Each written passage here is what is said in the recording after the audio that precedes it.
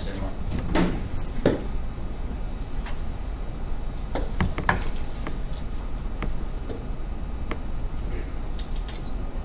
All right, I call for motion to exit executive session. So moved. Second. It's been moved and second. All those in favor, please say aye. Aye. Aye. Opposed or abstaining, motion carries. Okay, please stand for the saying of the Pledge of Allegiance. I pledge allegiance to the flag of the United States of America and to the republic for which it stands, one nation, under God, indivisible, with liberty and justice for all. All right, we have a recognition right now. I'm going to turn it over to the superintendent. And I'm going to turn it over to Mr. Stack.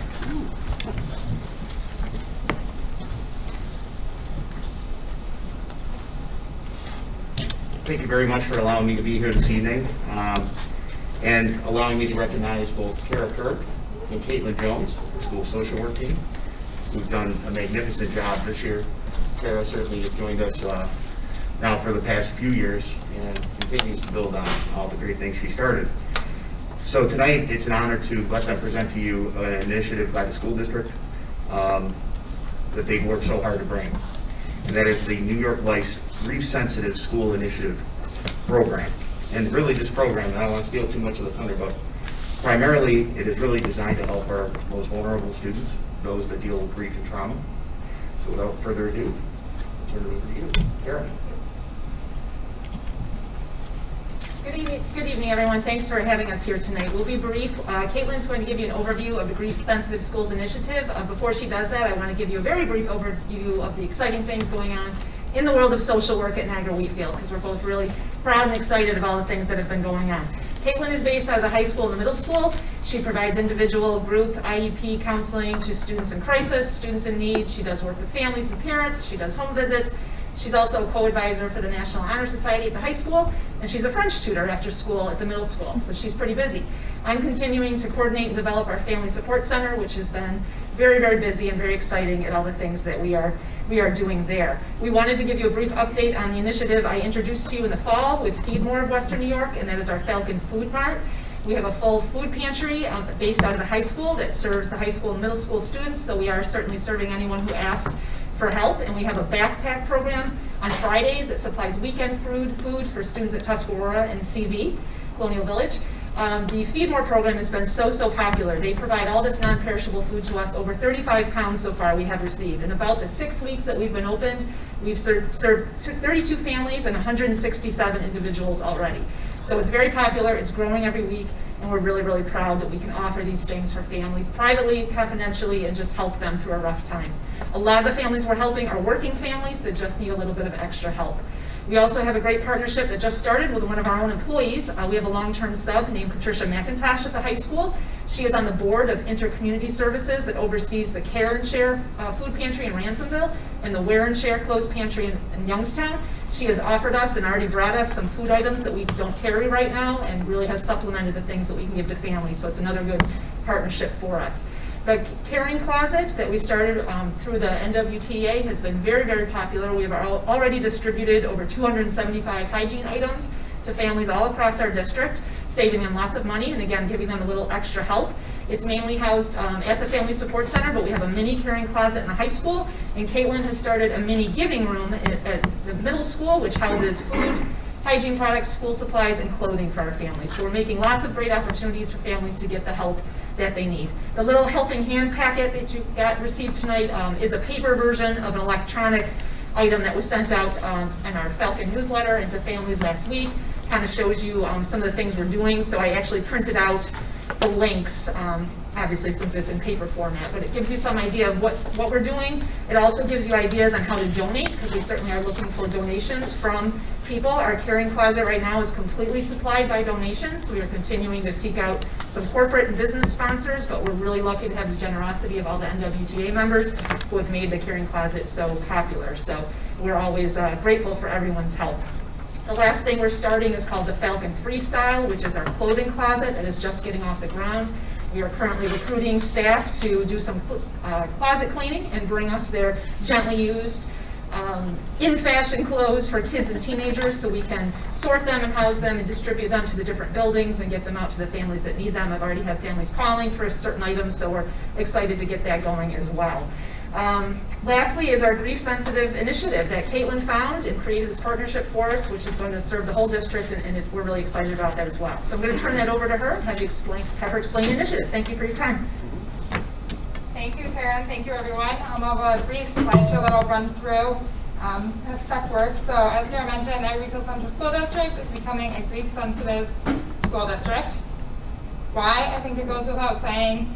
We've had some significant loss in our district, not only due to COVID, but just loss prior to COVID, ambiguous loss, whether that's divorce of parents, separation, primary loss of a parent or relative, secondary loss, when a student loses a parent, they not only lose the parent, but they lose the person taking care of them, the person getting them ready for school in the morning, all these other losses in their life. The Coalition's purpose is to create and share a set of industry-endorsed resources that will empower school communities across America in the ongoing support of their grieving students. I have a short video from the Coalition.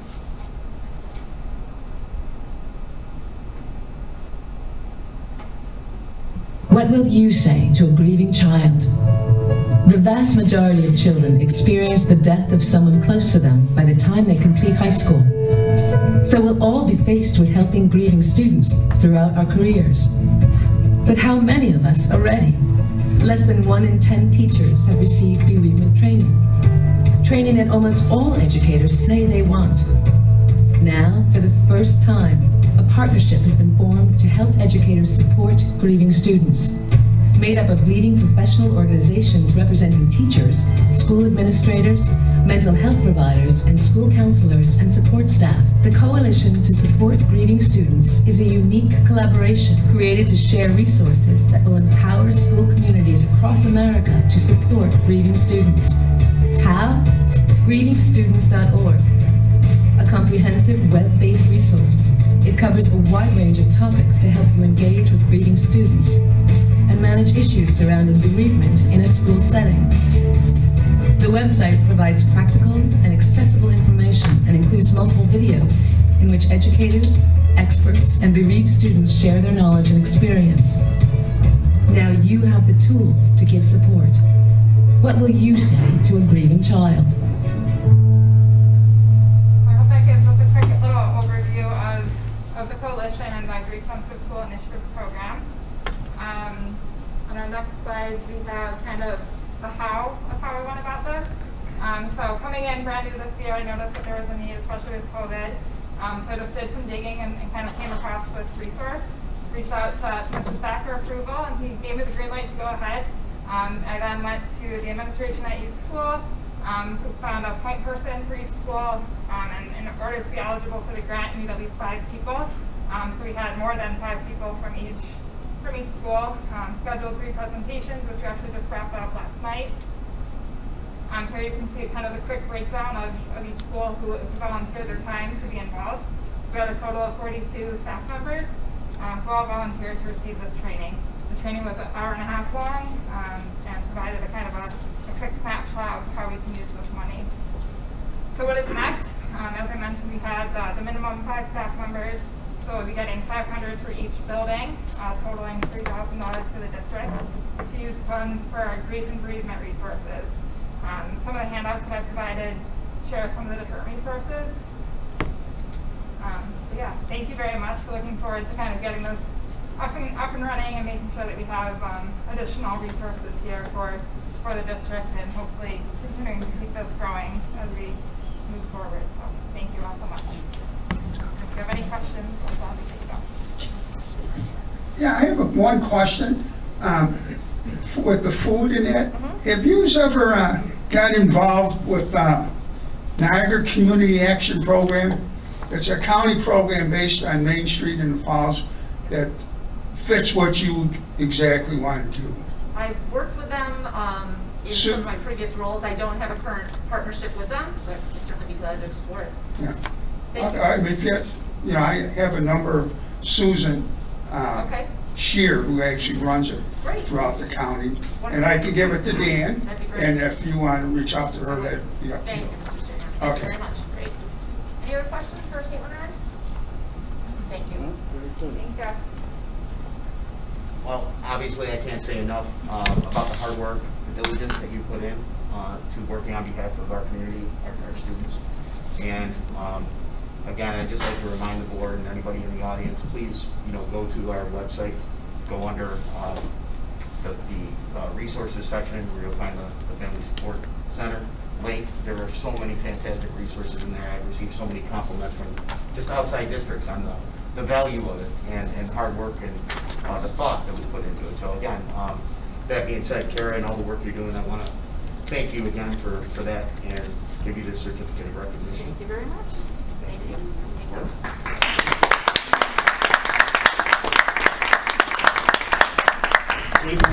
Keelan, we're so lucky to have you aboard. You're in your first year here in Niagara Wheatfield. You've taken on so much, and this is so impressive. And the fact that you were able to build a sustainable partnership, number one, and get 42 people on board from all of the different buildings is just fantastic. And we wanted to recognize you for the partnership you've built and the sustainability you're providing our students. So thank you. Thank you so much.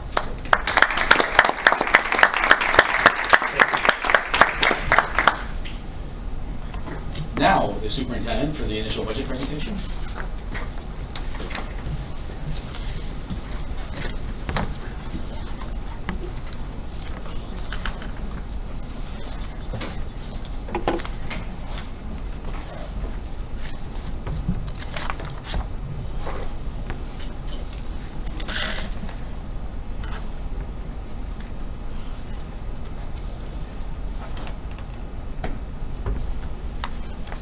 Okay, as it says, initial budget presentation, right? What we have at this time is the executive budget. For those that don't know, the executive budget is the governor's budget. And so we're going to spend some time tonight. We're going to look at some of the general things happening in New York State with the budget, but we're also going to look at our executive-run budget. And we'll break down each of the categories of that budget. And then we'll also talk about some of the legislative priorities, okay, with that budget. So, wait, it's pretty dark, isn't it? Yeah. I wonder if maybe we hit the lights up here a little bit? Yeah. Thanks.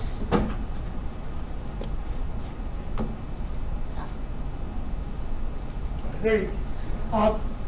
So, most years, we get the executive budget, and what the governor's done in many of the recent years anyway, is comes in with the zero or very little increase. And this year, the governor did not do that. Okay? Part of that is attached to the foundation aid formula.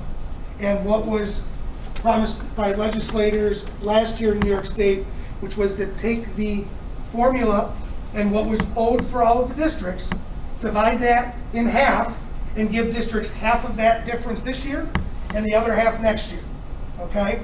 Meaning the next budget cycle. So this would be the first year. So as a district, when you see our foundation aid number, we'll be showing you that, that number is giving us half of the foundation aid that we're expected to get to the full foundation aid formula number that we should be at. Okay, so everybody understands, at the end of this budget cycle, as it stands right now with what the governor's proposed, we'll still be short. We will not be meeting the full foundation aid amount, okay? But this is a much better start with the budget than in past years, okay? One of the things, obviously, and people are watching, understand that we're gonna have to deal with is the consumer price index, which is close to about 4%. I've seen some fluctuations in that, but it's about 4%. In our district, we were right at the 4% mark for the foundation aid, okay? What they're giving us as an increase, right at 4%. Go to the next slide. This year, I know it's very difficult to see, so you're going to see a slide here that breaks this down better. These are all the districts in Niagara County. okay, or at least some of them here on this one sheet. And you can see the fourth column over is Niagara Wheatfield. For anybody who looks at the state aid runs, the top one is always last year's, the one underneath is always what's being presented as the budget. So right now, what's presented underneath is the executive, in other words, Governor Hochul's budget for our district.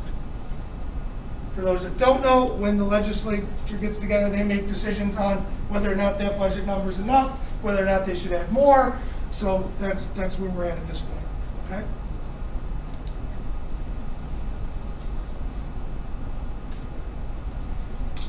So I'll just go through some of the aid categories that Niagara Wheatfield gets. Foundation aid, which is the biggest category, the main category, that can be used for any category of expense. The formula that they use follows one of 4 calculations depending on what stage of funding the district is in. It's equal to the prior year foundation aid plus the greater of either A, the overall minimum, B, the phase-in increase, C, the minimum increase, or D, the per pupil increase. In our case, we increased our foundation aid was increased $949,481 from prior year. So the budget, the executive budget shows our foundation aid at a total of $22,925,166. Universal pre-K, we applied and remain eligible for our UPK funding. $830,208 is our maximum allocation, which is what's budgeted. BOCES funding is based on what we purchase and expense in the prior year. That funding, or that aid is at $2,861,297, and again, that's based on our BOCES rate, aid rate. High cost, excess cost. Those are funds for high cost expenditure of students with disabilities attending public schools or BOCES, where the cost of education exceeds a calculated amount. So in our case, we will be aided $522,888. Private excess cost aid is, again, for public school students attending private schools for students with disabilities. So if on their IEP they are to attend a private school with disabilities for one reason or another that we can't accommodate here at the district, that's what that is, and our aid on that is just under $1 million. It's $922,497. Hardware and technology, those are instructional computer and technology aids, and they're based on a per pupil amount, and it's available for both public and non-public students. And just one thing you'll notice on that other slide, on this slide here, there's a number of categories that we don't receive that aid, so that's why there's lines across through those.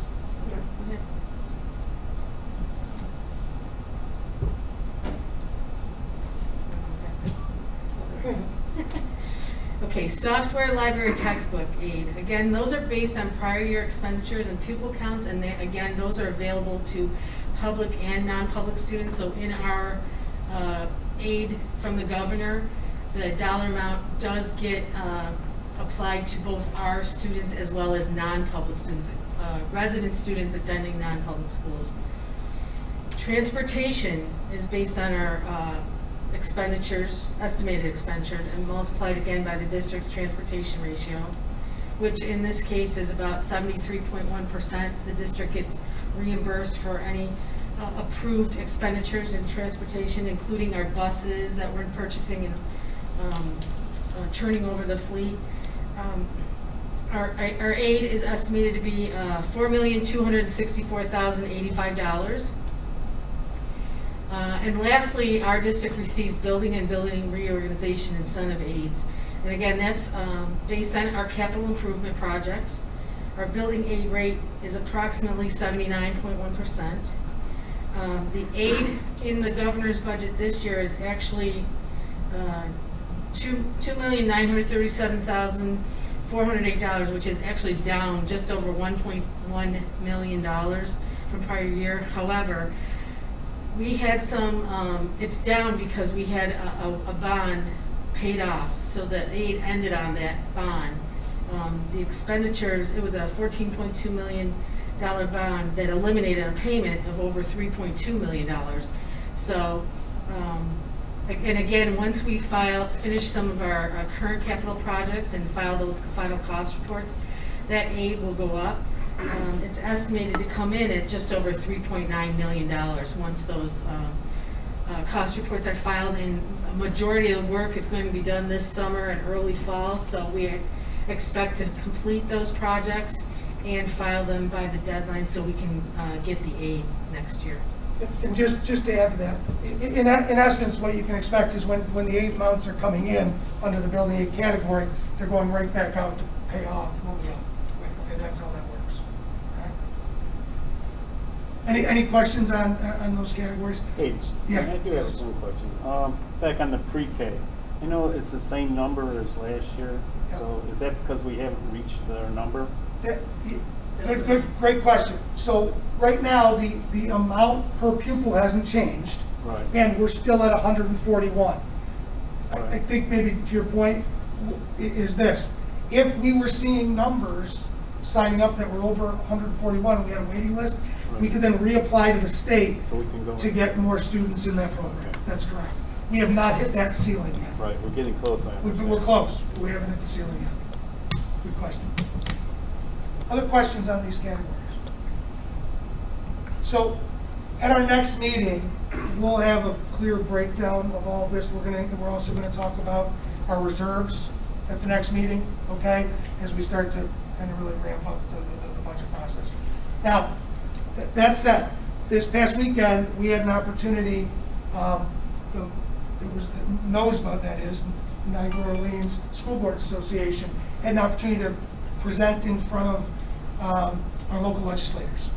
And we're very fortunate that every year, either they themselves or a representative takes part in that meeting and in that breakfast, the legislative breakfast. You can see who was there or had a representative there. Some of the topics that we discussed they're part of the NYSBA, the New York State School Board Association's overall agenda, okay, their legislative priorities, but they're also part of NOSBA's priorities, so Niagara Orleans School Board Association priorities. And, I don't know that any of these would necessarily be a surprise to you. Just going down them quickly, the first one about technology and the digital divide. Those that don't know, Orleans and Niagara counties received money with the American Rescue Plan to put in broadband. And once that broadband's in, the next step will really be taking a look to see who still doesn't have access. Because we understand, especially with our schools, that access to the technology, being able to actually use the technology that's provided by the schools is key. So that'll be a huge win. That was announced this past summer that they received those funds for both Niagara and Orleans counties. Student health, mental health, we talked a little bit about that in the presentation that was put on here earlier this evening. School nutrition, so those who don't know, I'll steal my own thunder at the end of my superintendent's comments. Every single board meeting, I mentioned that until June 30th, breakfast and lunch are free at school. Just to give you an idea of the impact that had just at our middle school, last year we had about 12 students who were taking advantage of the breakfast program in the morning, when we know many more are on the free and reduced list. 12 this year, because it's free for everybody, we've had 500. So, you tell me what percentage of that group wasn't taking breakfast even though they needed it. And so that's significant. Universal pre-K, the reason we have this on here is because it's called universal, but it's really not. Because some schools only get money for partial days, some get funding for many, many students. There are districts who have been put on hold to increase the number that, Bob, you were talking about earlier. So we want to just make sure that if there's kids who sign up, they can get into the program. And the other piece, although most students go to kindergarten, it's about making kindergarten mandatory for students. The CTE program, that's Career Technical Education Program. Over the last decade or so, that program has taken off. It's great, but there's still room for improvement there. There's still room to increase course offerings there so that students who leave high school leave with some career-ready skills. So we know that there's room for improvement there. One of the really important things is to take a better look at the requirements, the 22 credits that are required for graduation, and how those may be able to be changed, moved around to make sure that kids who sign up for those programs can do it and do it well without worrying so much about some of the other credits that they have to obtain. P-TECH program, there are some BOCES around that have it. Erie one just started a P-TECH program a couple years ago. We'd really like our BOCES to start a P-TECH program. Really what that is this. Starts kids as early as 8th grade into the industrial arts, and by the time they graduate, they also end up with a 2-year degree. It's an incredible program. It's a way of catching kids before they fall too far. We know that many students, by the time they get to 9th, 10th grade, have made a decision if they're going to continue or not.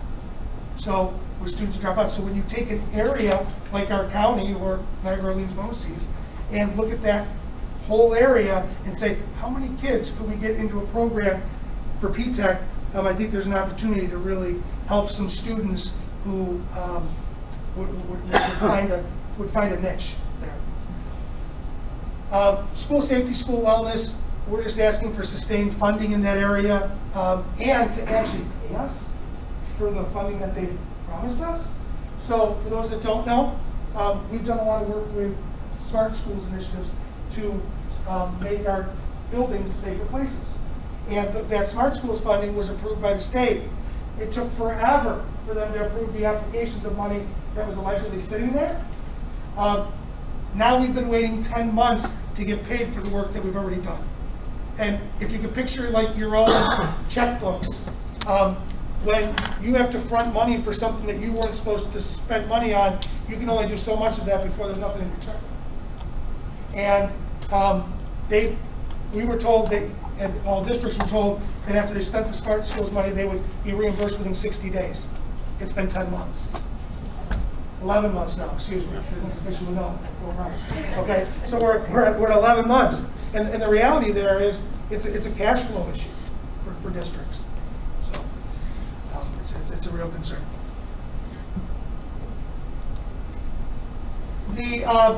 Some of the other needs fell under, capital project reviews. There's not enough people reviewing capital project work in New York State, so they get incredibly backed up. Same thing with reimbursement. There's not enough people working there to get reimbursement payments out. We don't have the issue number 3, but some districts do, that they use schools as polling places for non-school votes, and in those cases they're forced to close down the schools on those days, which impacts their calendars. The change in APPR, getting local control, I don't think any student or any teacher is benefited by the current APPR. I don't know any. Reimbursement for Smart Schools, I already touched on that.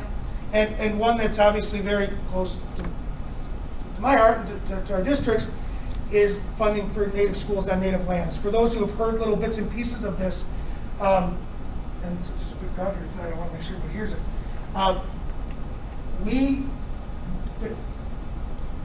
For our district, the Tuscarora School that land is owned by the Tuscarora Nation. The building, though, is owned by New York State.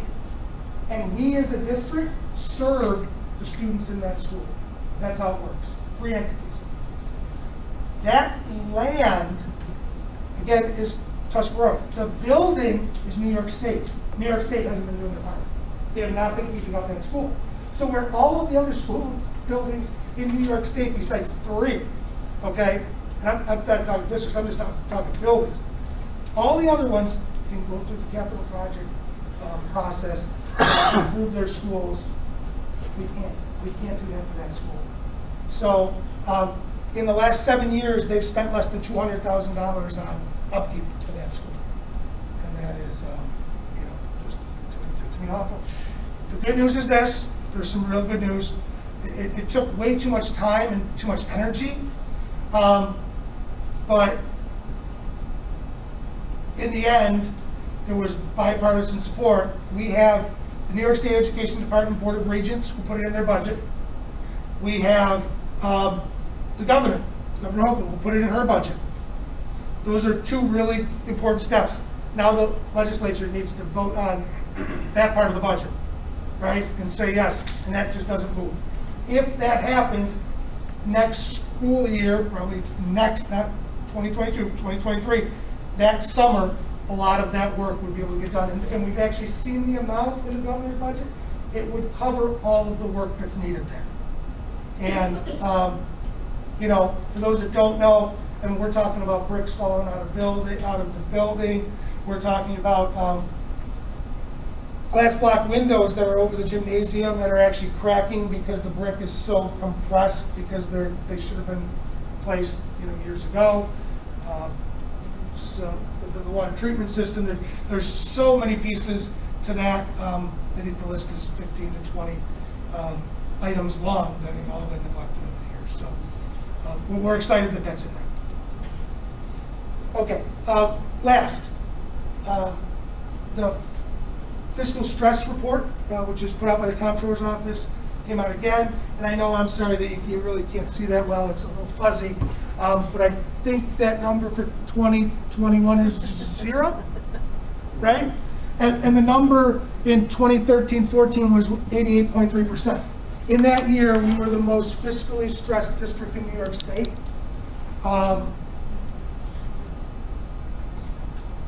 There have been a lot of changes since then. The business department, the Board of Education has done an incredible job of making sure that we're at 0. And you say, well, so what? Who cares what the comptroller says? I didn't say that. You weren't saying that. Okay. But seriously, you might say that. The reality is your fiscal stress level impacts your rates. So when you go to borrow, when you have to borrow, the rates are a lot higher if you're more fiscally stressed. And that fiscal stress has to do with not having any money in reserves, not having money in savings, because you look like you're a district in a lot of trouble. And you know, back in that time, those that lived in the district lived through it. There were a lot of things that had to be done, a lot of cuts that needed to be made because things were in such, you know, bad place financially. You know, give credit to the entire business department for all the work that they did to get that to the point where now it's a 0, which positively impacts the entire district when it comes to those rates. Did I miss anything there? Thank you. Questions on the initial executive budget or the legislative priorities? Just the one, I mean, we mentioned the Tuscarora school. I know one of the other issues was the tuition reimbursement level from there. Have we gotten anything from the state about that formula? Well, I think, so there's two different things. Let me make sure, let me talk about both of them. One of them is, a minute ago I talked about how we don't have the funding stream coming in all the time, right? Not getting paid to our smart schools. Well, one of the funding streams is getting reimbursed from the nation. So the tuition part of that, we've had some trouble in the past. The timing of that has been much, much better. Okay? They are paying us in a much more timely fashion. And that, we've had to do a lot of work to get them there. But all districts in New York State who receive the native tuition funding are seeing the same thing. So that's been a huge benefit. Is that what you were? Yeah, just because we obviously talk about cash flow and smart schools not coming back in, you know, that could affect that 0% that we have for fiscal stress. You know, the other big part of that is when you have a couple $1 million sitting out there with a native tuition that's not coming in, also at the same time can compound the fact that the smart schools are not coming in. And we've had that happen multiple years, as you know. It's been, Yeah. And it's balancing, you know, like that's why I work so hard to get the final cost reports done for these capital projects, so we can keep the cash flow coming in, and you know, we align our expenditures as best we can with our state aid coming in, so we can avoid borrowing and stuff like that. So, and you know, we've pushed obviously very hard to get that money in where we were behind so many years in the past, and they've been good about paying it so far. So over the last couple of years. So we're not worried about a cash flow issue should the native funds be delayed in coming in while the smart school funds are. not right now, no, Okay. no. And I think, the other thing that I think I hear you maybe saying or asking is about the capital work for that building? No, not the capital. Oh, okay. I just don't, Just tuition. if both of those, if Then that's gonna tuition, allow that. reimbursement, and the Yep. smart schools are both delayed at the same time, I just don't want it to be Yep, a problem where we're going to be, having a RAN because the state, again, is not sending money to us. no. We haven't seen Because it. of the native tuition, that's been so much better. We haven't seen anything for the smart schools? I've contacted smart schools, and, the superintendent knows that I've emailed them expressing just that, so, As of right now, as a matter of fact, the response to the last email was that we're number 5. yeah. So when they meet again, and this is getting back to that slide where we said they don't have people, when they actually get together and meet again, we're within the 5. They're gonna definitely talk about that many of them, review them, and who we expect to be paid. And Dr. Gottschall brought up a good point at the legislative breakfast with that, where, because it was an issue of state ed bringing that group together, he actually said it's actually the governor's office that has the ability to bring that group together, and that's where he's lobbying through his, through the chief school officers group to really To order them, get to order them back together. Yeah. What else? Okay, thank you. Next meeting, we'll get into a little more detail. All right, this time we'll have the resident comments. This portion of the agenda provides an opportunity for the residents of Niagara Regional Central School District to be heard. Any person who wishes to address the board is invited to do so at this time. Please state your name and address. Complaints or criticisms about individual school personnel are not appropriate in this forum and will not be allowed. The board may not respond. They should be referred to the superintendent of schools at another time. Please limit your comments to 3 minutes. First up, Mr. Carlson.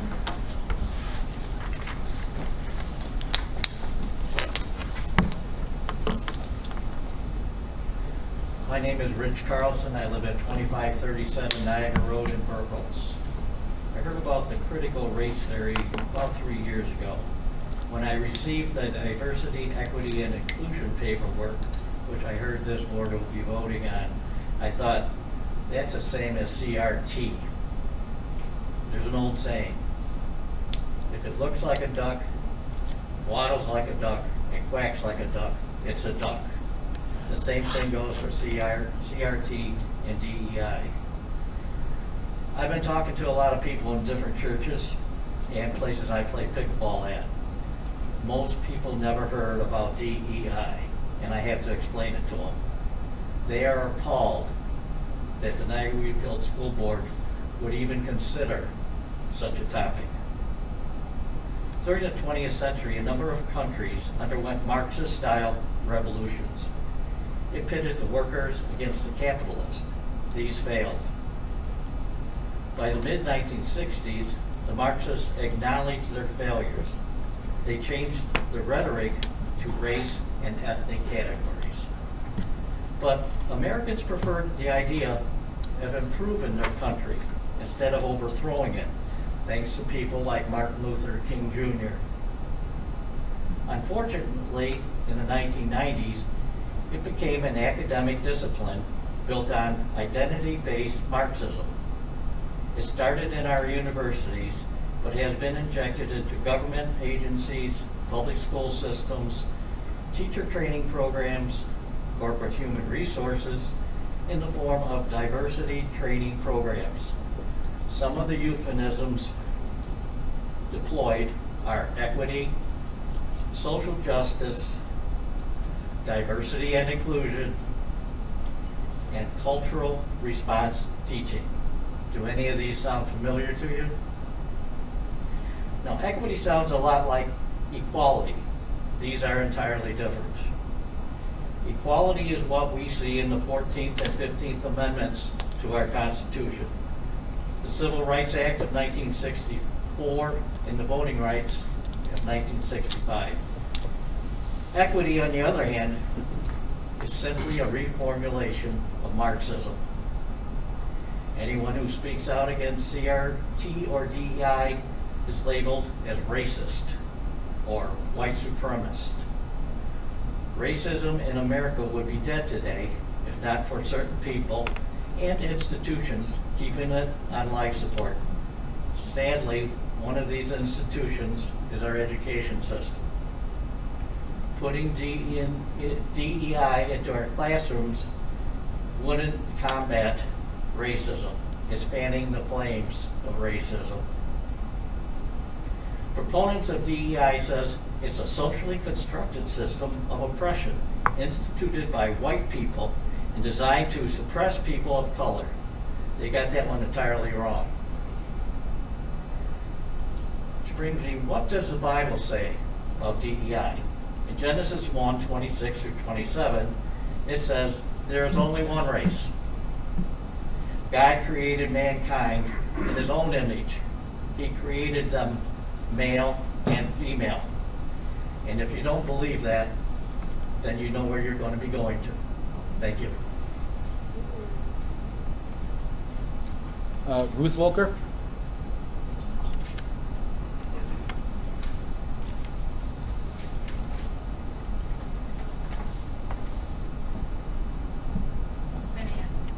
You can bend it. Yeah, you You can can bend bend it. it down, You can yeah. bend it. Just pull, yeah, just push it down. There you go.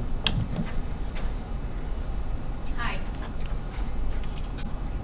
I'm addressing the school board members here, and I'm also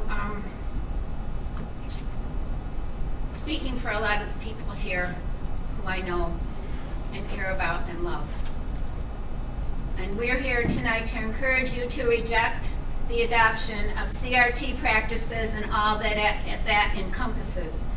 We, as concerned parents, grandparents, and taxpayers, do not want our children exposed to these teachings.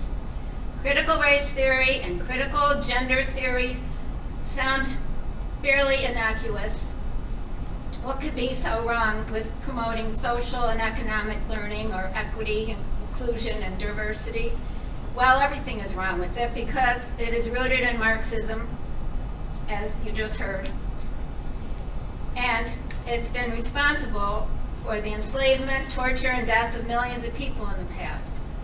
But cloaked in deceptive labels like progressivism and democratic socialism, this insidious ideology is sweeping across America with the goal of tearing our nation apart, destroying what we know as our American Republic. Tragically, American Marxists have gained control of our public school and college classrooms with full support from 2 national teachers' unions. Our children are being taught to hate America and are brainwashed with racist ideas of white supremacy and privilege, with a worldview that describes only oppressors and the oppressed. Children are told they must apologize for being born white. This is ridiculous. Didn't Dr. Martin Luther King Jr. give his famous "I Have a Dream" speech so that children would not be judged by the color of their skin, but by the content of their character? What happened to that? Our Declaration of Independence, U.S. Constitution, and Bill of Rights guarantee inalienable rights from our Creator, which cannot be taken away by the government under any circumstances. These are our symbols of freedom, which allow us to achieve success, namely life, liberty, and the pursuit of happiness. We've all heard of that. Marxism escalates censorship, represses healthy competition, enforces conformity, silences opposing voices, slanders our ancestors and our history, and trashes our founding documents and principles. Many of these have already infiltrated our American culture and society. CRT policies also promote transgenderism and, worst of all, destigmatize pedophilia. We don't want any of this for our children or our country. We believe in the sanctity of the family union of male and female, gender, and the family structure of husband, wife, and child. We as parents and grandparents have the right to decide what is best for our children, not the government. As U.S. citizens, taxpayers, we have the right to our freedoms and our constitutional-based values. We support the schools and the government with our taxes, and we have a say in what happens in our country. Do not accept this harmful ideology into our Niagara-Wheatfield school system. As school board members, you have the job to make sure students are being taught how to think, not what to think. Carefully consider this disastrous ramifications of adopting this Marxist ideology and do what you know in your heart is right. America is the land of the free, fought for by the brave, and we should all want that, to keep it that way. And in the prophetic words of Ronald Reagan, one of our most famous, wise, and beloved presidents, freedom is never more than one generation away from extinction. God bless America. Hey, Ruth, can you just state your address? Or you Sure. can do that at the beginning there. 6693 Hunt Street, Burkholz. Thank you. Rachel Volker.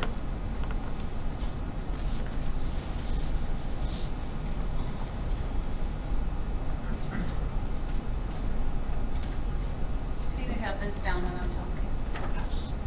Look at that.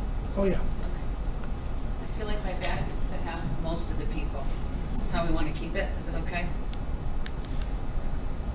All right, so I'm a little worked up Yeah, could you- because that was very good.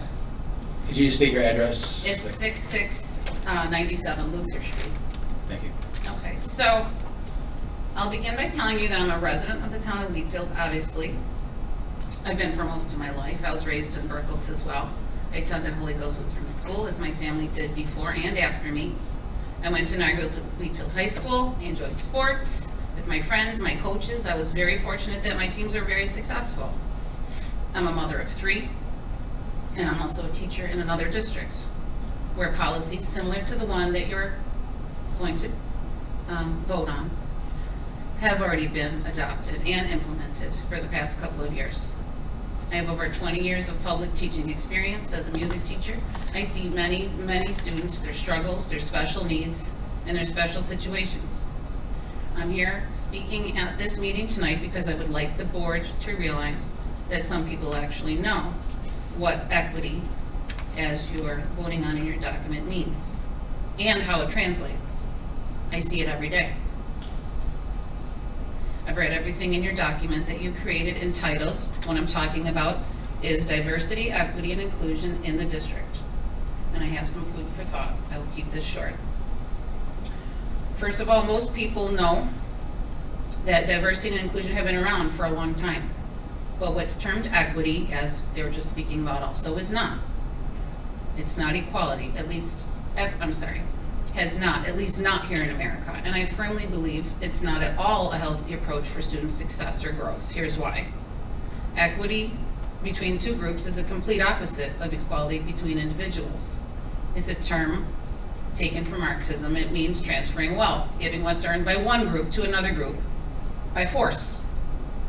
It's the exact opposite of the principles our country was founded on, which is why those who push this also want us to hate our founders. The government body presiding over our school district is this board. So what does this mean in a school setting? In a school setting, it translates as, no matter how hard you work, you will not get more for that level of effort, no matter what your sacrifice or how great, than anyone else. To the contrary, you will all get the same. Schools should be places of learning, not labeling or leveling. Promoting and teaching equity is not something that would ever prepare children for successful careers, help them to strive to become better positive role models, or even help them develop strong relationships. Equity means we redistribute the efforts of some to everyone. By the way, we also need to know their race so that we can treat you appropriately. The idea that goes along with that. If this Niagara Wheatfield School Board commits tonight for forcing equity on the students and teachers of this district, then it means that beginning tonight, you will be actively working to create this very harmful environment where there will be no striving for the students at all, because everyday implications of equity make it counterproductive to even try. Not a great idea.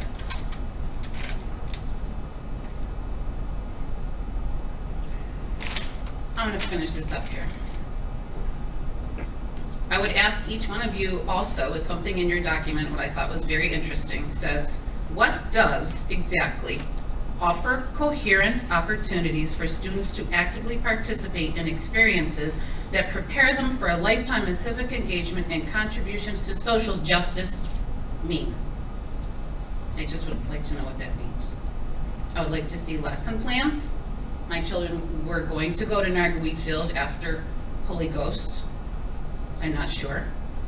If I'm not mistaken, people who believe this is somehow good for kids know that it means a lot of labeling, which we've learned is not appropriate, to say the least. It makes some groups feel bad for things that they personally had nothing to do with and can't make up for. Teaching small children that white people have been oppressors and black people are victims, putting a slant on American history to conjure up feelings of guilt about being an American, rather than try to celebrate successes in history. I would ask you to please consider this in conclusion. If you believe in equity, it would be okay if your job were taken away tomorrow, because someone else needs it. Doesn't matter how hard you worked for it. I think this idea is pathetic and it should be voted down. Thanks for your time. I'm going to mess up this last name because I can't read the handwriting. I apologize. March. Okay. So I can't read your name. I'm sorry. I'll tell you. Okay. Hi.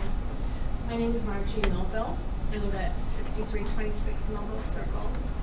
And I really only had kind of a question or a thought, because as I'm hearing what's been said, I have to tell you that I'm in agreement with what is being said. I myself went to Niagara Wheatfield. My children and my grandchildren all graduated from Niagara Wheatfield. And it would make me very sad, after everything that I've heard being said about the interpretation of what you're considering. I also have to say that I'm really hoping and praying that you will reconsider, at the very least, table the matter, and maybe consider it a bit more. So thank you for your time.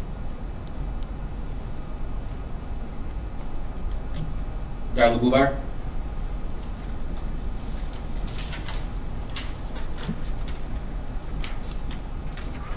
Good evening, Board of Education, public. If you do not know me, I am Darla Schultz Bubar. I'm president of the Niagara Wheatfield Teachers Association and proud member of that union. I stand here with my brothers and sisters, united. We, the members of the Niagara Wheatfield Teachers Association, support policies and initiatives that promote diversity, equity, and inclusion within and throughout the Niagara Wheatfield school community. We aspire to provide an environment where each individual feels valued, regardless of their ethnicity, race, religion, socioeconomic status, gender identity, or because of who they love. Advocating for diverse groups that have been historically marginalized does not mean we must marginalize any others. It means recognizing the history and contributions of diverse groups and presenting various perspectives. It means students seeing people like themselves represented in the books they read and in the people that they encounter during their school day. It is creating an environment where students and adults can be true to themselves and to others and know that they are supported and accepted by all of us. By sharing a more complete truth and providing a broader understanding of the world, it is cultivating a culture of respect and compassion for all. Policies and initiatives that empower our NW teachers to provide a culturally responsive and inclusive learning environment is completely 100% supported by the teachers of the Niagara Wheatfield Teachers Association. Thank you. All right, moving on to the consensus agenda items. I'd like to call for a motion to accept the consensus agenda as submitted with one edit. Make a motion. Is there a second? I'll second. A second. The edit is we need to fill in under the approve the nomination of the Orleans Niagara BOCES board candidate to read Bob McDermott and residing at 8205 Ashwood Drive, Niagara Falls, New York.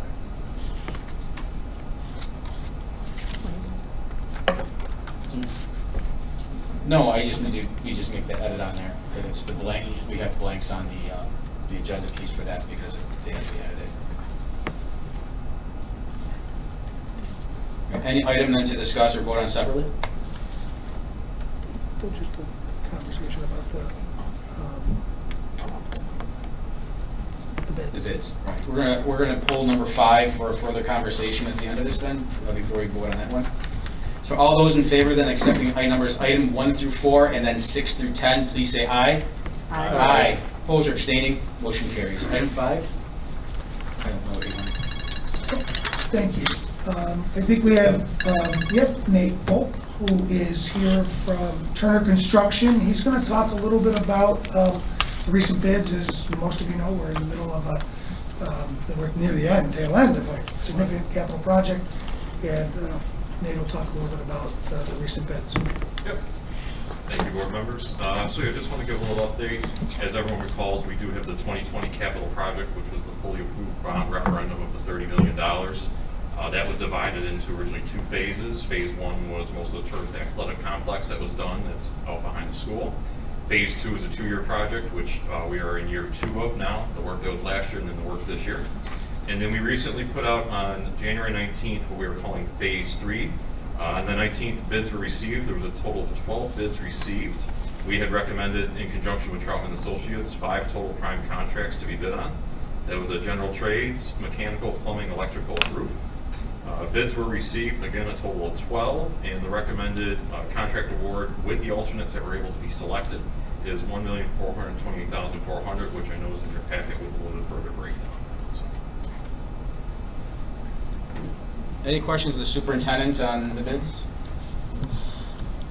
Just one comment, the benefit was that, what the initial estimates were for that, it certainly came under bid, which is really good for some of the other work that we had set aside that we had deemed necessary in the project. So we're able to look at some of those things. We'll certainly talk about those. And we've talked about those already a little bit, but because we have a long list to pull from, but we'll also talk about that with the capital project committee too. Absolutely. Thanks. Thank you. All right, all those in favor of accepting the bids as submitted, please say aye. Aye. Opposed or abstaining, motion carries. I'd like to call, thank you, Nick. I'd like to call for a motion to accept the personnel report as submitted. I'll make that motion. I'll second.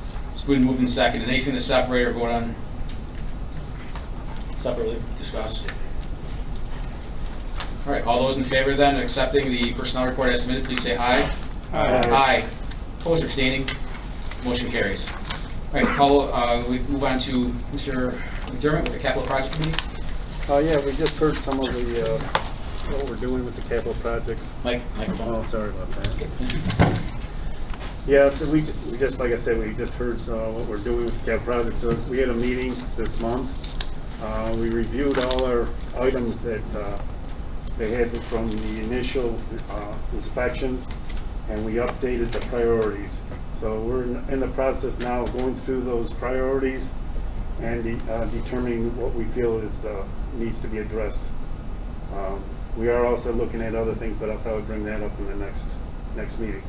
The other thing that came up in that meeting was that we have a new plaque here that dedicated our football field. It was given by Turner and Troutman together. Yeah, Troutman Turner, and it's a beautiful plaque that they're going to put out in the field for all the people that were involved in that process are on this plaque. So it's a nice little dedication for it. It was given to us by them. Very nice. Any questions about his report? All right, Audit Committee. Yes, we had our meeting today, and everything was looking good as far as the audit. And they did an audit of the food service for this past year, and everything was good, even with all the lunches were given out to the students. And we're going to make a decision probably this week, but it looks like we're going to look at economic procedures moving forward for the next audit. And we're going to decide that this week. Okay. Any questions of Rick on the Audit Committee? All right, thank you, Rick. All All right, Policy Committee? So we had a meeting prior to this meeting tonight to discuss some other policies that will be on the next agenda for the first reading. And then I don't know if we have another date scheduled. I don't know. I would have to report back on that. No, I do not believe we do, because we haven't received the next set of quarterly reports. Okay. And then the other thing I was going to bring up to the board, I know it was discussed at the last meeting, I was not here, but I did watch the meeting. If you have any questions about anything that comes out on the agenda, policy-wise, if you could kind of, I believe it usually comes out, a few days prior to our meeting. If you could, kind of direct that to myself or to the superintendent so that we can discuss it or have kind of a heads up. But yeah, all of that should be included in the agenda. And if you have issues, we can discuss at the meeting. Okay. All right, this is the second reading of these policies. There's not been a motion because it's going from a standing committee. Looks like we will have a vote then on policy 1510, which is the regular board meetings and rules for the quorum and parliamentary procedure. Policy 3430, diversity, equity, and inclusion in the district. Policy 6220 for temporary personnel. Policy 8210, safety conditions and preventative instruction. And policy 8240, instruction in certain subjects. Before we have the vote on any questions or comments, we have those? All right then, all those in favor, please say aye. Aye. Aye. Opposed? Abstaining? Motion carries. All right, our student member is not here, and we're going to go down to the superintendent's report. Great. Thank you. Thank you. Got a number of things to talk about. Excuse me, can I First ask one. one quick question? First So one. you just passed that thing that we were speaking and asking you for more time to think about.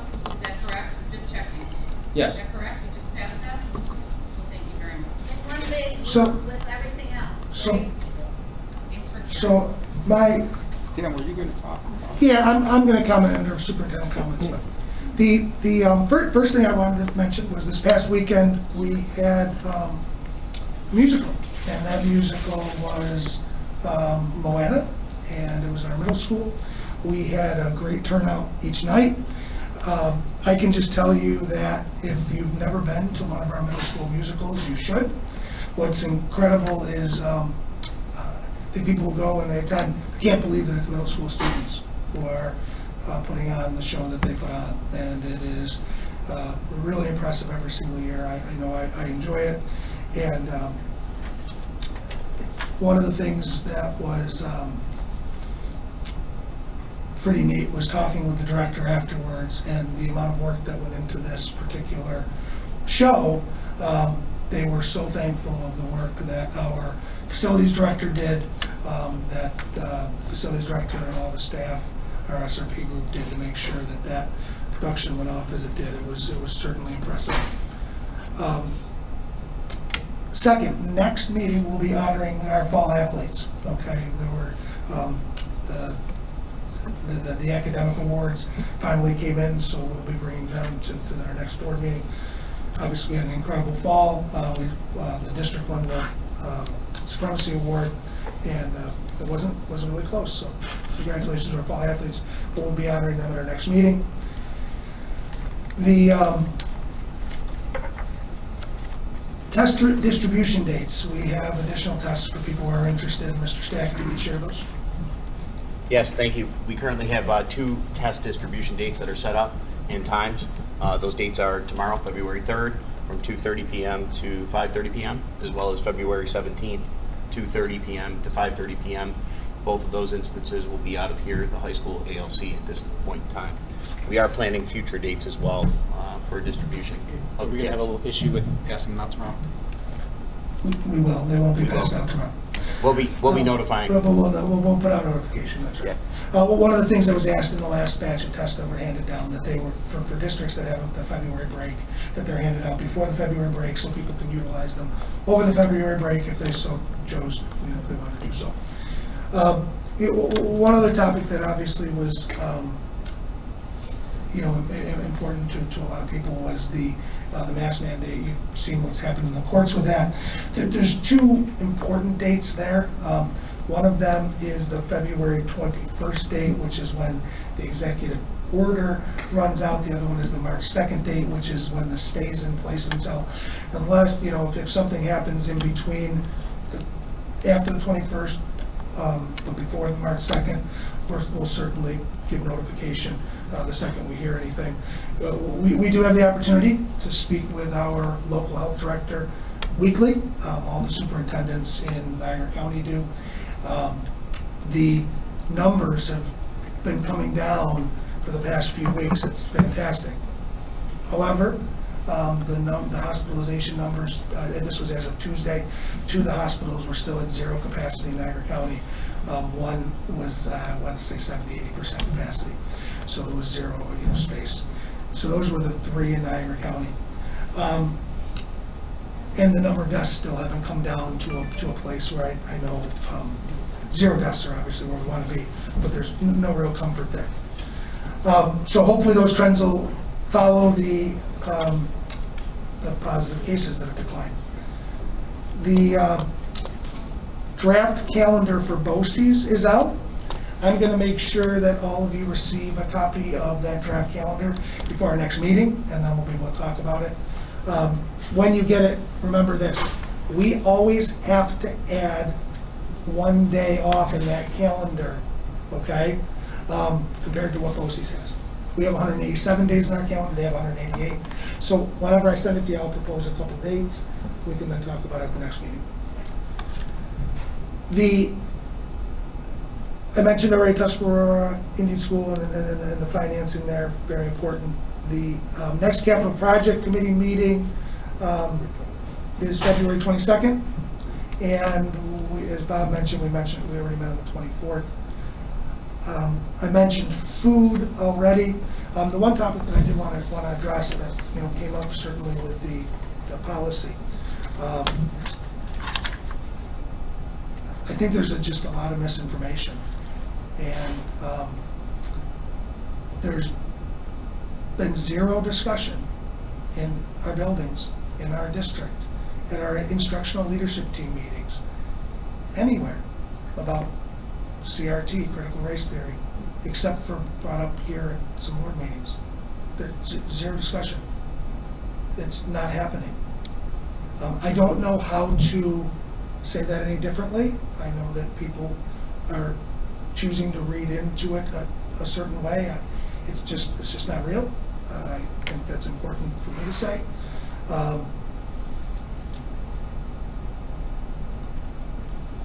One of the concerns is that people, I think, felt as though our district latched on to the DEI that was happening in the New York State Education Department. And that's not true. We actually decided this summer, prior to the DEI talk at the education department level, to talk about this. And it was called an Equity in Education Steering Committee. And the whole idea was, how do we make sure that all of the people in our district, all of them, guests, students, staff, feel valued? That was it. That was the premise. I was a social studies teacher, so I understand Marxism. It's not real. Okay? And I'm not telling you that CRT as a discussion item isn't real. Okay? But here it's not. And it's just such a far reach to make those connections. And I understand that people are making them. It's not us. One of the other concerns that I know was brought up at the last meeting, and I apologize, I've 10 years as a superintendent, I've never missed a meeting except for the last meeting. And so I wasn't here to talk about this, and I wish I was. COVID got me, if those that care, that keeping track at home. But I wasn't here because of that. And one of the concerns raised had to do with hiring. And if you read that policy, it's about casting a net far and wide to get the best people. That's it. And whoever's the best is who's getting hired. Don't care who they are. Our entire leadership team knows that. We talk about it all the time. And believe me, I'll get, well, what about, geez, this person's really, really good. They might not want to stay here very long. Who knows where they want to go? Take the best. never settle for anyone unless you think they're the best. There's no compromise. But the idea is, and it's what we're doing anyway, so we're codifying in that respect what we're already doing when it comes to hiring. We're just casting our net near and far. That's all we're saying we're doing. We want to make sure that we have all people represented in the people that we're interviewing. And then we hire the best person all the time. So I know that those were some of the concerns that were raised, and I just wanted to make sure I addressed them. Thank you. Any questions of the superintendent on his report? All right, reports of the board. We have nothing else from finance, right? Coming through? Okay. Any items for board discussion? Any old business? Any new business? All right, public comments. At this point, if anything that we discussed at the meeting you'd like to address again, you are welcome to come up and address that again. Just no new subjects at this time.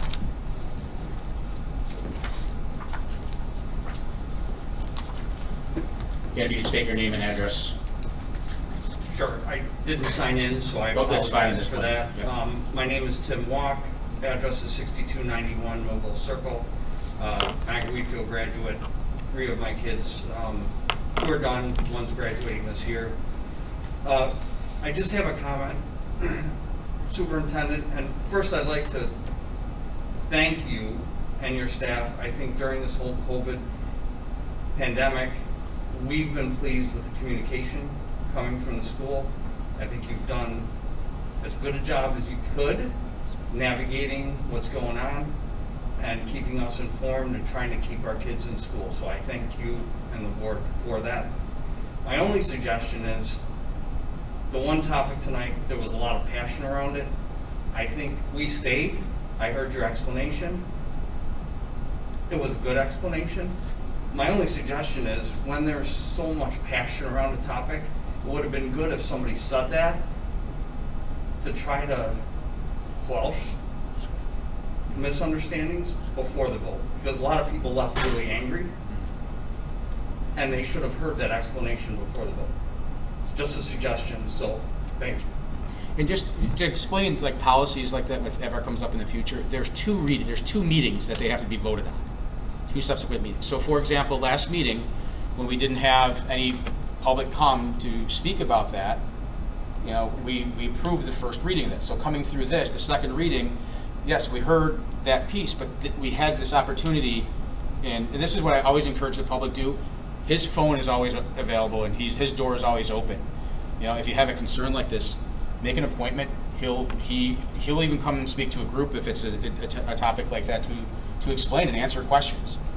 We want to work with everyone, and because we are neighbors over here at the administration building, and we are neighborly that way to work with everyone. So just in that regards, I mean, as a board protocol, we move on with the second reading as more of a, you know, okay, you've come out to hear this, but we had no one speak on the other end of that at the first reading, where we could have gone and made changes, you know, and adopted other things. So. Yeah.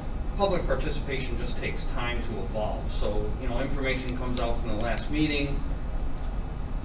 You know, people hear different versions of it, and then they come out, you know, we came out tonight, we didn't know it was a topic last meeting. We don't come to every meeting, so there's a lot of stuff going on. So the first opportunity we had to hear it was tonight, and again, I would think it would have been good to just say that before the vote, even though I understand procedurally it was talked about last time. Again, just a suggestion. So, thank you. Any other public comments at this time?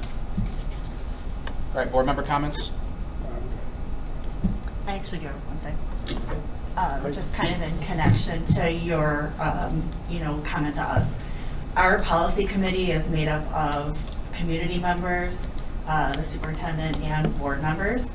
And we discuss these at our meetings. We take what people, you know, everybody's opinion and thoughts matter on the topic.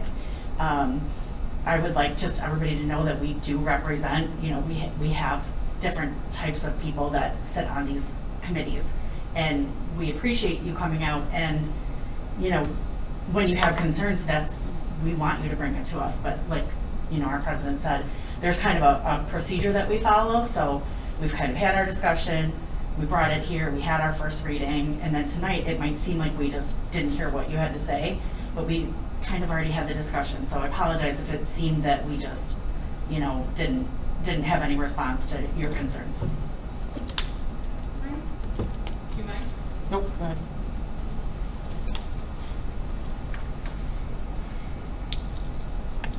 My name's Brenda Walk, 6291 Millville Circle, Sanford. Is there no agenda that comes out from you that's published? There is. Where would we find that? You can find it on the district website every Monday. It's up by every Monday. On the district website? Because I had kind of searched all over the internet just to try to get an idea of what was getting voted on, and I So, could not find it. If you click on menu, and then you click under Board of Education, and then it'll show like the meetings. We'll actually show you, we'll have you pull it up. I'd appreciate it, because I was,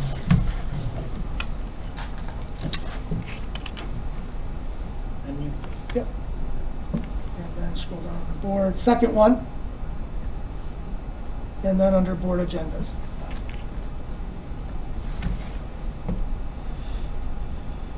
And then if you go to meetings, it'll show you the different meetings for all the years. And when you click on them, it'll. and it would have on Correct. ahead of time what Yep, was on. for that's tonight. correct. That's correct. Okay, that's my question. Thank you. Good question. And again, our, you know, superintendent's line's always open. If you do have a question, hey, I can't find the agenda, feel free to give them a call at, you know, at 253-0003, 215-3003, with those questions. Any other board member comments? Yeah, I do.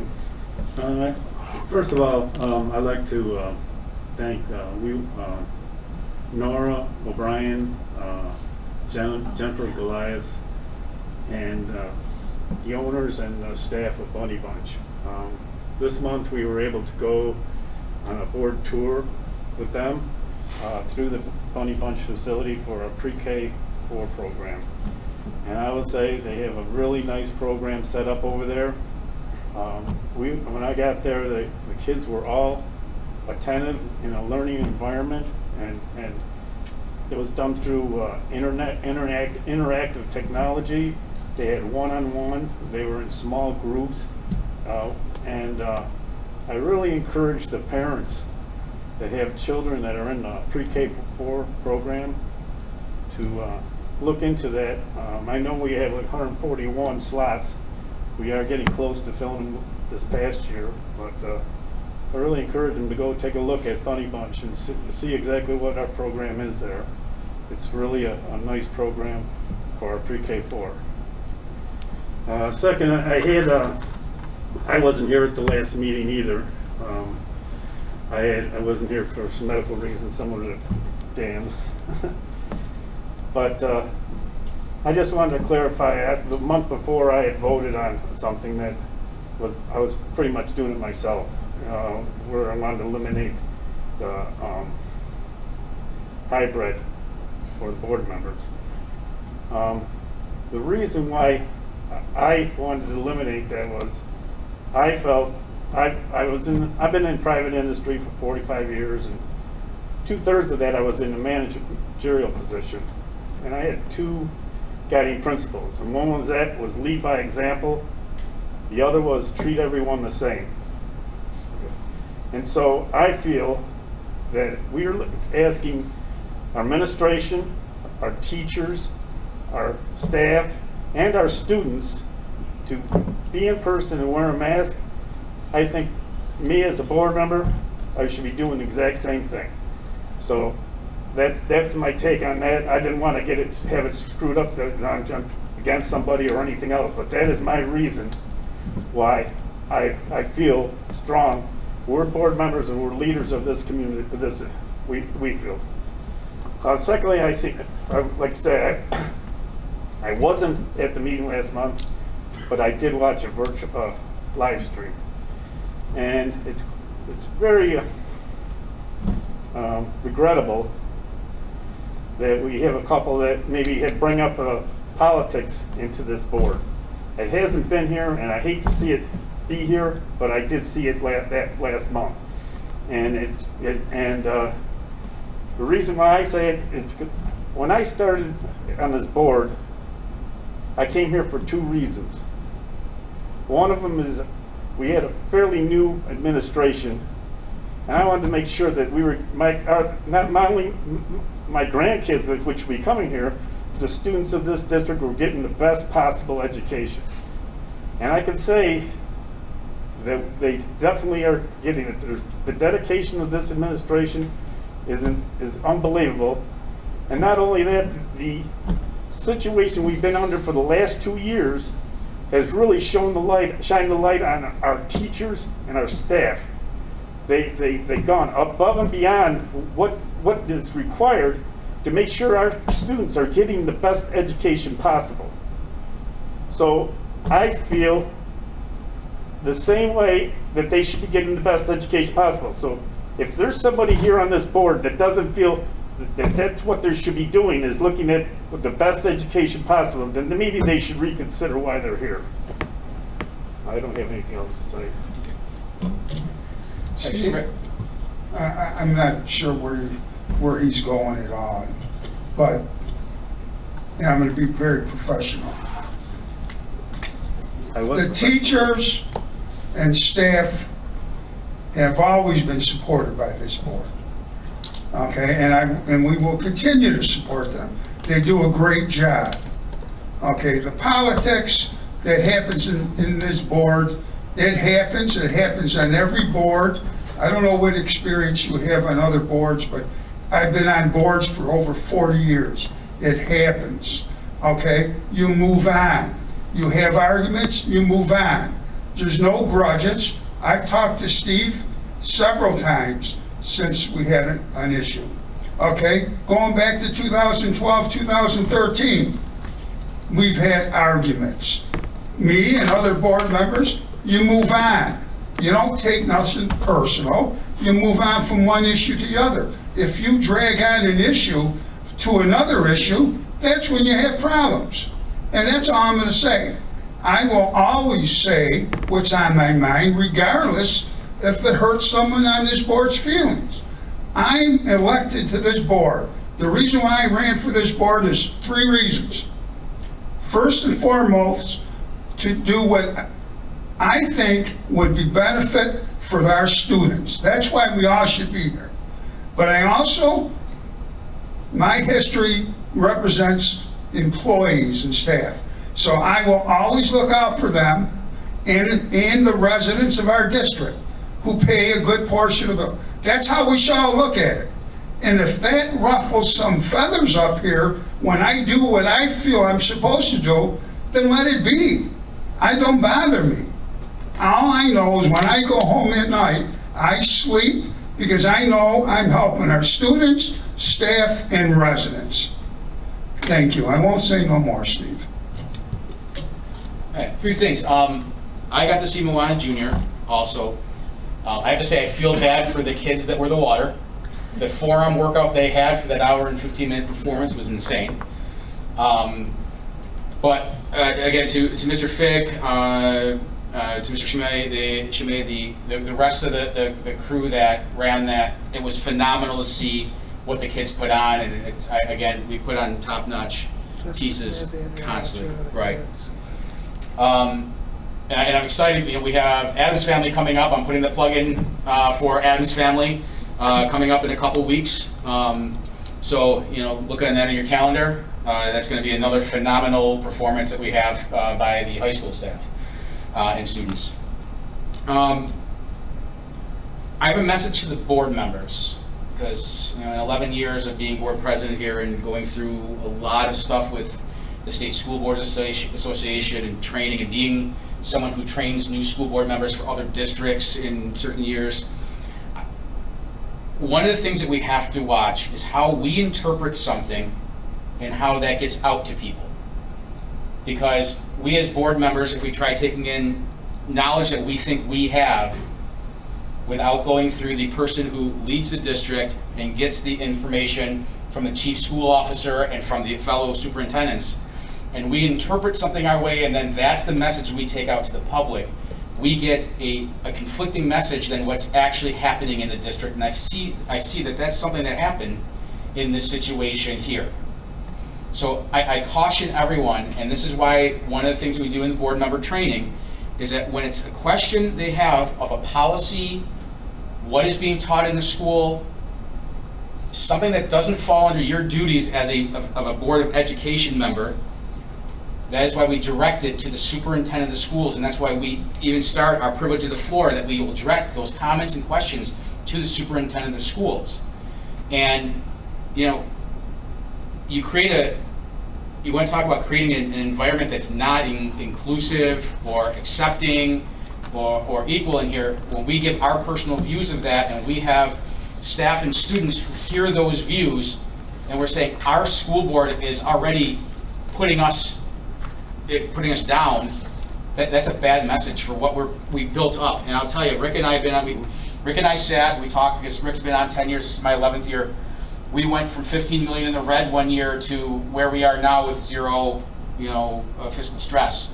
And we did it with hard decisions and disagreements, and we've had staff in here where we had to sit in front of the staff, we laid off, 200 people that one year, and face them. And we've done way too much to build this district back up to let a person on the board destroy all of that's been built up. And we cannot let that happen. We can't, and that is where the communication piece, and you're right, the communication piece is important there, back to the community. That communication piece has to be there, where we keep people informed of what is going on and what is actually being done. What is being taught in schools, what is not being taught in schools. And if we create a confab of what we think is happening because we've watched something on TV, or we heard a rumor, or this is the interpretation on the internet, because we know how well the internet informs people, we have to really look at what we're doing to the district by doing that. There's one person that answers to everyone in the community and has to give the honest, truthful, direct answer of what is really happening in these walls on every single campus here, and that's that person here that we as a school board employ. That is our only employee. That is the only person that we have that has to answer to us. And when he is saying that this is not happening in schools, this is not going on, and we have members saying, well, I'm still going to say this, you have now just taken away the authority that we have given him, and the authority that the state education department gave to him to do a job that is making this school district the best that we want it to be for our kids and our grandkids and our hopefully future grandkids that are going to be coming here. And I feel bad for the staff and students that had to go through what went on the past month of the rumors of what happened here, the talking that went on both sides of the aisle of things, and I don't want to see that happen again. So again, my message to my board is that we need to not do that piece of it anymore. We need to hold each other in check should that start happening. All right. Anyone else? All right then. Did you want to announce the message that went out by any chance? Oh, if everybody was picking up their phone and taking a look at 8 o'clock, the message went out. We are not going to have school tomorrow. It looks as though the storm is going to be hitting right around the afternoon dismissal time. So in the morning you wake up, got National Weather Service, right? That's what we use. In the morning you wake up, you'll see probably very little snow. By the afternoon, it looks like the commute home could be pretty bad, and for that reason, we can't do school. And we always err on the side of caution. Of course. And staff reports, right? He just got the look. All right, with that, I have a call for a motion to adjourn. I'll make a motion. Second. All right, all those in favor, please say aye. Aye. Aye. Opposed or abstaining, motion carries.